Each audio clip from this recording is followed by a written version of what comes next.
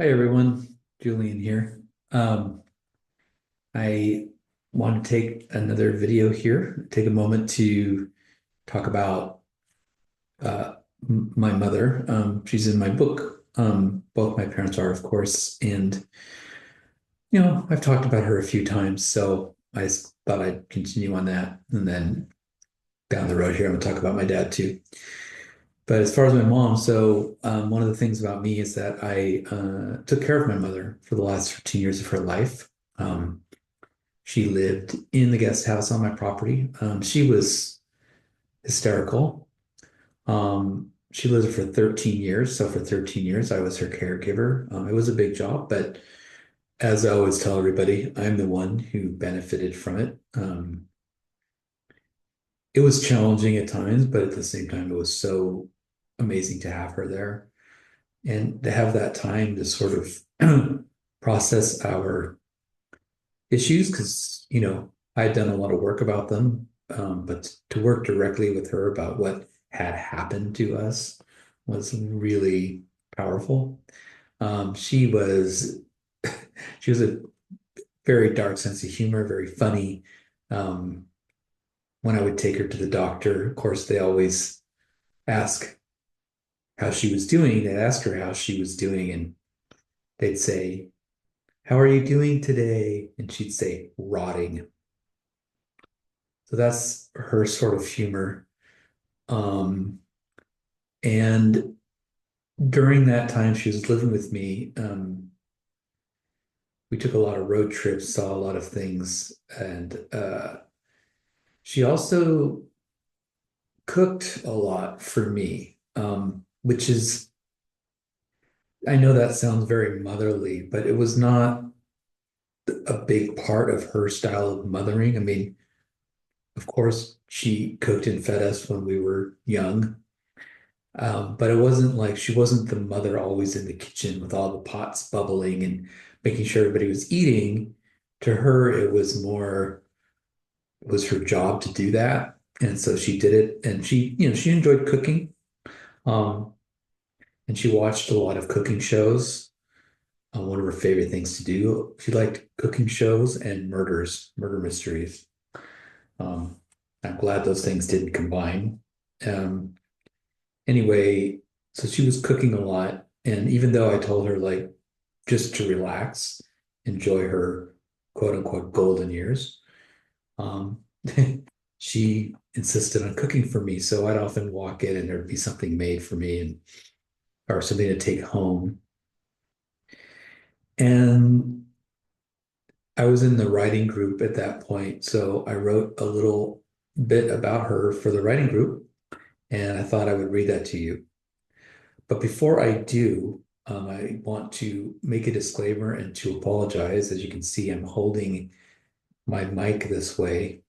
I recorded another story, Attack of the 4 Foot 2 Pig Boy, and I was very disappointed to find out that my this microphone had been scraping um, on my shirt collar the whole time, making this background noise, which is extremely irritating and I think interferes with enjoying the story. So at some point, I'm going to re-record that story. But for now, that's what happened.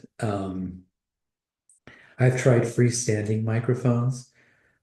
It's too echoey in my office, and I don't want to move my huge computer. And I've tried earbuds, which sounded terrible. So I'm going to keep working on figuring out my sound system here. But anyway, just a little disclaimer for you. If there's some weird sounds, I apologize. So anyway, I'm going to read you the story about her cooking for me. It's short, and it's called Just Let Her Cook. She's throwing tasty hunger nades as she sails now toward the final abyss, chucking them behind her while she's waving goodbye with her other wizened hand. In my youth, I had ignored the delicious bombs she concocted, overly concerned with the edges of food and not the centers. I was served many things in her quest to keep me fed, such as carrot salads disguised as banana splits with three orange haystack humps, which never did fool my keen little eyes. I would try in earnest to force each bite of her experiments down, ignoring the gag reflex in my never-ending quest to keep the boat from rocking. Finally, she'd given up and began serving all my extraordinarily plain meals by separating the lifeless courses into several bowls. This is not how she had intended to construct me, not the nutrition she wanted for me. I was only eating what she could get me to accept, and I suffered from pyrrhic rewards of my stubborn oppositions. As I flipped several chapters ahead to our present situation, I now accept her bounty of gourmet products without complaint. I humbly eat with gusto the many fabled treats she offers with extreme enthusiasm. I ingest the succulent wontons, knowing that they are actually pieces of my own puzzle that have been missing all of this time, and a release of the energy still lodged in her fingertips. I see that she works in the medium of the flesh, and due to my youthful reluctance, she only now has the chance to prepare the meals she wanted me to eat in the first place. Just as a sculptor builds from imagination, forever making adjustments, she seizes the current opportunity, continuing to forge each molecule of this work called her son, which is still in progress. So there's a couple of things in there I refer to, but don't say directly, which are that I am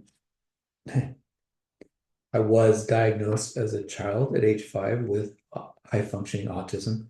They didn't call it exactly that back in 1969, but they just called it autism, and it was mainly because of my some of my habits and my reluctance to join in with group activities in school and my overall sort of dislike of other children, except for maybe a chosen few. My extreme introversion and my active imagination. Um, in 1969, however, a lot of times the autism diagnosis was because they believed that the child had no imagination, which is a horrible thought and very wrong. I think my doctor was ahead of his time because he described me as living in my own world and in my own kind of dream world. And then he thought it was fine, but he thought it was autism. Also, among many other traits, something I refer to indirectly in the story is my food could not touch or I would not eat it. There were several different things on a plate and they ran into each other. I would get nauseated. So my mother had to separate all my food into these little bowls. And I must report that here I am, age 60. And if I'm not paying attention, I will automatically separate my food on my plate and eat it in order of hot to cold, making sure that the hot food is eaten first. And I have multiple systems like this. Um, so not there's some part of me that still doesn't like when food mixes together. And at this point, I just embrace that aspect in myself as many autistic people do now. And I'm loving seeing the current culture around this and how um, it's a beautiful thing. You know, some see it almost like a superpower. I was told to hide it, and I suffered greatly. Um, I was that kid with the note pinned to his sweater, first day of school. So all the other kids knew something was up, but I never really admitted to it or talked about it, including into my adulthood. My first few relationships didn't even know. I kept that card that close to my chest. So anyway, that's a little bit about me and another little story for you. And I hope you enjoyed it. And I'll be back again for whomever is out there listening and watching. I appreciate it. And thank you so much. Okay, bye.